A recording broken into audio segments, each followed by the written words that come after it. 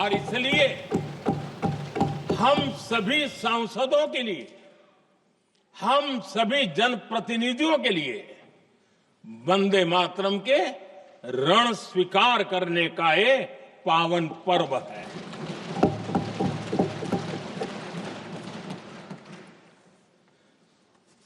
और इससे हम प्रेरणा लेकर के वंदे मातरम की जिस भावना ने देश की आजादी का जंग लड़ा, उत्तर दक्षिण पूर्व पश्चिम पूरा देश एक स्वर से वंदे मातरम बोल के आगे बढ़ा। फिर से एक बार अवसर है, आओ हम सब मिल के चले, देश को साथ लेके चले। आजादी के दीवानों ने जो सपने देखे थे, उन सपनों को पूरा करने के लिए वंदे मातरम 150 हम सबकी प्रेरणा बने, हम सबकी ऊर्जा बने और देश आत्मनिर्भर बने। 2047 में विकसित भारत बना करके हम रहे, इस संकल्प को दोहराने के लिए ये वंदे मातरम हमारे लिए एक बहुत बड़ा अवसर है। आदरणीय अध्यक्ष जी, दादा तबीयत तो ठीक है ना? नहीं, कभी कभी इस उम्र में हो जाता है। आदरणीय अध्यक्ष जी, वंदे मातरम की इस यात्रा की शुरुआत बंकिम चंद्र जी ने 1875 में की थी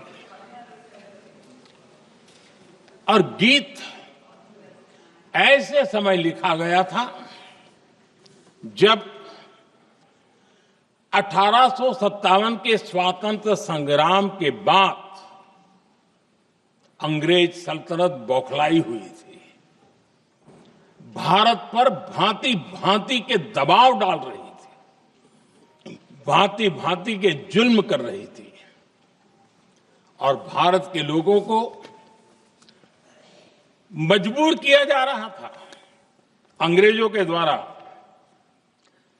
और उस समय उनका जो राष्ट्रीय गीत था, गॉड सेव द क्वीन, इसको भारत में घर घर पहुंचाने का एक षड्यंत्र चल रहा था। ऐसे समय बंकिम दा ने चुनौती दी और ईंट का जवाब पत्थर से दिया और उसमें से वंदे मातरम का जन्म हुआ।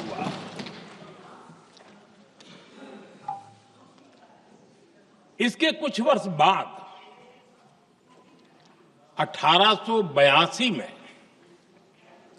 जब उन्होंने आनंद मठ लिखा तो इस गीत का उसमें समावेश किया गया।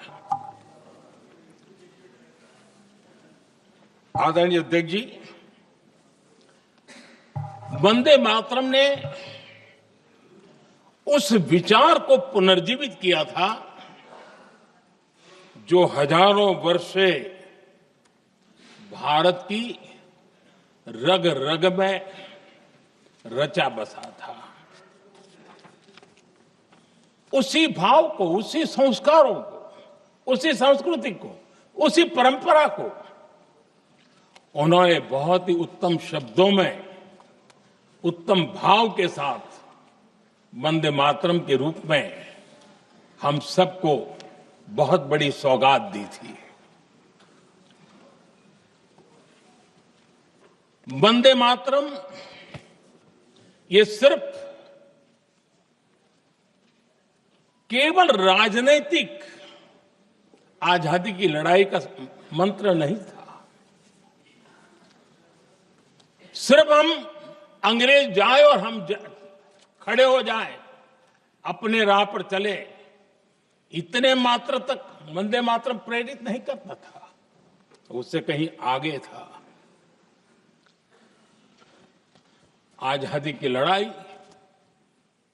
इस मातृभूमि को मुक्त कराने का भी जंग था।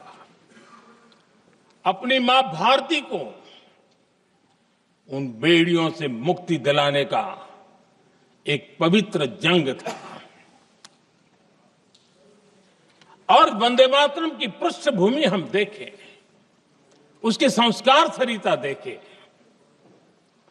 तो हमारे यहां वेद काल से एक बात बार बार हमारे सामने आई है।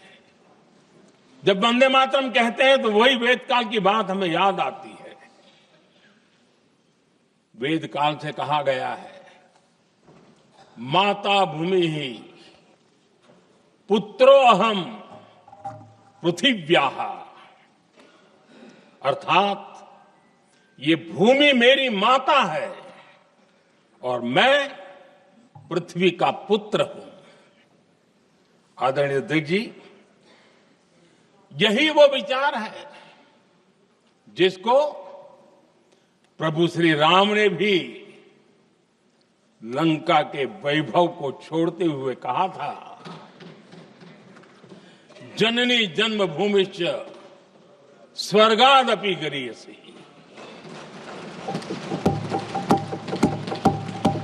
वंदे मातरम यही महान सांस्कृतिक परंपरा का एक आधुनिक अवतार है। आदरणीय अध्यक्ष जी, बंकिम दा ने जब वंदे मातरम की रचना की तो स्वाभाविक ही वो स्वतंत्रता आंदोलन का स्वर बन गया। पूरब से पश्चिम, उत्तर से दक्षिण, वंदे मातरम हर भारतीय का संकल्प बन गया। इसलिए वंदे मातरम की स्तुति में लिखा गया था, मातृभूमि स्वतंत्रता की वेदिका पर मदोमय, मातृभूमि स्वतंत्रता की वेदिका पर मोदमय, स्वार्थ का बलिदान है यह शब्द है वंदे मातरम। है सजीवन मंत्र भी यह विश्व विजयी मंत्र भी, शक्ति का आह्वान है यह शब्द वंदे मातरम। उष्ण शोणित से लिखो, वक्ष स्थली को चीर कर, वीर का अभिमान है यह शब्द वंदे मातरम। आदरणीय अध्यक्ष जी, कुछ दिन पूर्व जब वंदे मातरम 150 का आरंभ हो रहा था तो मैंने उस आयोजन में कहा था, वंदे मातरम हजारों वर्ष की सांस्कृतिक ऊर्जा भी थी, उसमें आजादी का जज्बा भी था और आजाद भारत का विजन भी था। अंग्रेजों के उस दौर में एक फैशन हो गई थी भारत को कमजोर, निकम्मा, आलसी, कर्महीन, इस प्रकार भारत को जितना नीचा दिखा सके ऐसी एक फैशन बन गई थी। और उसमें हमारे यहां भी जिन्होंने तैयार किए थे वो लोग भी वही भाषा बोलते थे। तब बंकिम दा ने उस हीन भावना को भी झकझोरने के लिए और सामर्थ्य का परिचय कराने के लिए वंदे मातरम के भारत के सामर्थ्यशाली स्वरूप को प्रकट करते हुए आपने लिखा था, तम ही दुर्गा दश प्रहरण धारिणी, कमला कमल दल विहारिणी, वाणी विद्या दायिनी, नमामि त्वाम नमामि कमलाम, अमलाम अतुलाम, सुजलाम सुफलाम, मातरम वंदे मातरम। अर्थात भारत माता ज्ञान और समृद्धि की देवी भी है और दुश्मनों के सामने अस्त्र शस्त्र धारण करने वाली चंडी भी है। अध्यक्ष जी, ये शब्द, ये भाव, ये प्रेरणा गुलामी की हताशा में हम भारतीयों को हौसला देने वाले थे।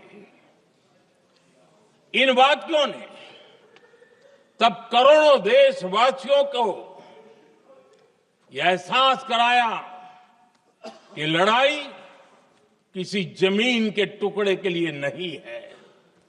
ये लड़ाई सिर्फ सत्ता के सिंहासन को कब्जा करने के लिए नहीं है। ये गुलामी की बेड़ियों को मुक्त कर हजारों साल की महान जो परंपराएं थी, महान संस्कृति, जो गौरवपूर्ण इतिहास था, उसको फिर से पुनर्जन्म कराने का संकल्प इसमें था।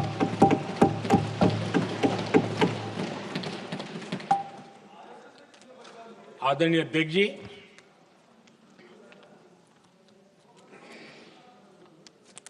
वंदे मातरम,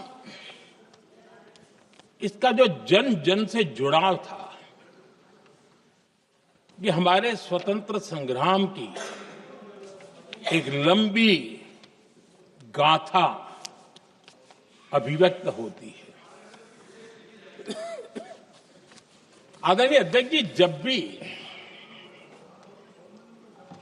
जैसे किसी नदी की चर्चा होती है, चाहे सिंधु हो, सरस्वती हो, कावेरी हो, गोदावरी हो, गंगा हो, यमुना हो,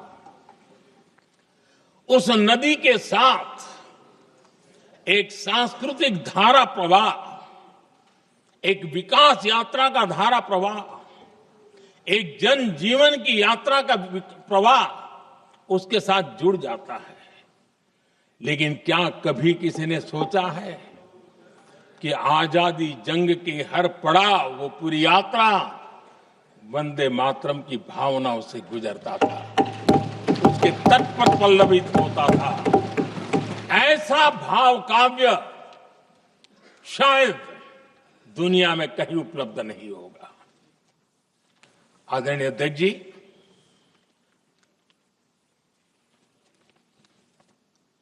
अंग्रेज समझ चुके थे कि 1857 के बाद लंबे समय तक भारत में टिकना उनके लिए मुश्किल लग रहा था। और जिस प्रकार से वो अपने सपने लेकर के आए थे, तब उनको लगा कि जब तक भारत को बांटेंगे नहीं, जब तक भारत को टुकड़ों में नहीं बांटेंगे, भारत में ही लोगों को एक दूसरे से लड़ाएंगे नहीं, तब तक यहां राज करना मुश्किल है। और अंग्रेजों ने बांटो और राज करो इस रास्ते को चुना और उन्होंने बंगाल को इसकी प्रयोगशाला बनाया।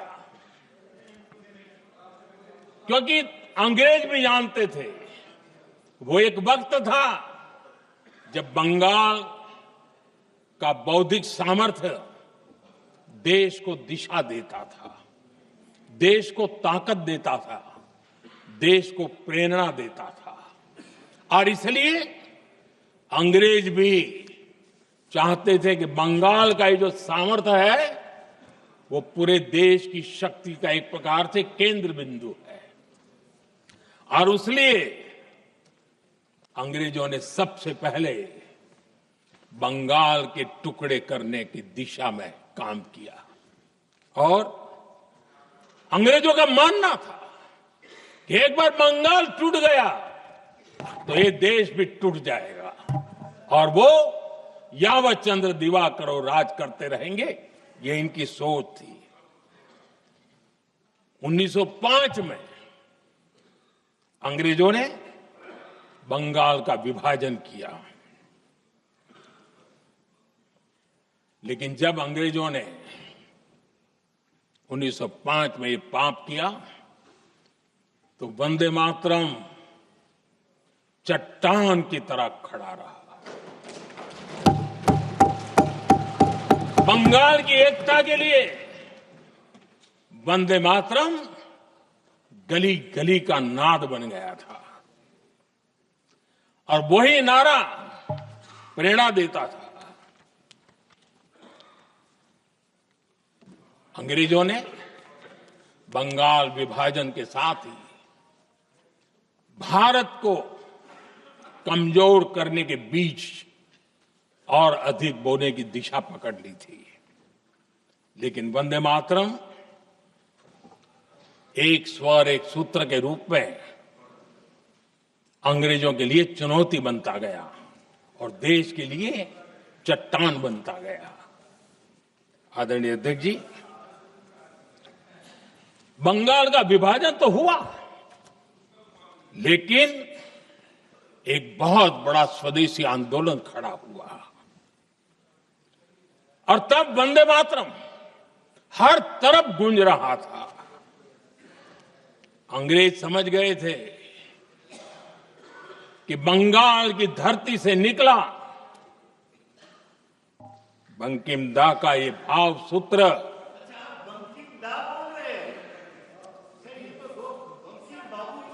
बंकिम बाबू बोले। अच्छा, thank you thank you thank you thank you thank you, आपकी भावनाओं के लिए मैं आदर करता हूं। बंकिम बाबू ने थैंक यू दादा, थैंक यू। हाँ, आपको तो दादा कह सकता हूं ना, वरना उसमें भी आपको इतराज हो जाएगा। बंकिम बाबू ने ये जो भाव विश्व तैयार किया था, उनके भाव गीत के द्वारा उन्होंने अंग्रेजों को हिला दिया और अंग्रेजों ने देखिए कितनी कमजोरी होगी और इस गीत की ताकत कितनी होगी। अंग्रेजों ने उसको कानूनी रूप से प्रतिबंध लगाने के लिए मजबूर होना पड़ा था। गाने पर सजा, छापने पर सजा, इतना ही नहीं, वंदे मातरम शब्द बोलने पर भी सजा। इतने कठोर कानून लागू कर दिए गए थे। हमारे देश की आजादी के आंदोलन में सैकड़ों महिलाओं ने नेतृत्व किया, लक्षावधि महिलाओं ने योगदान दिया। एक घटना का मैं जिक्र करना चाहता हूं।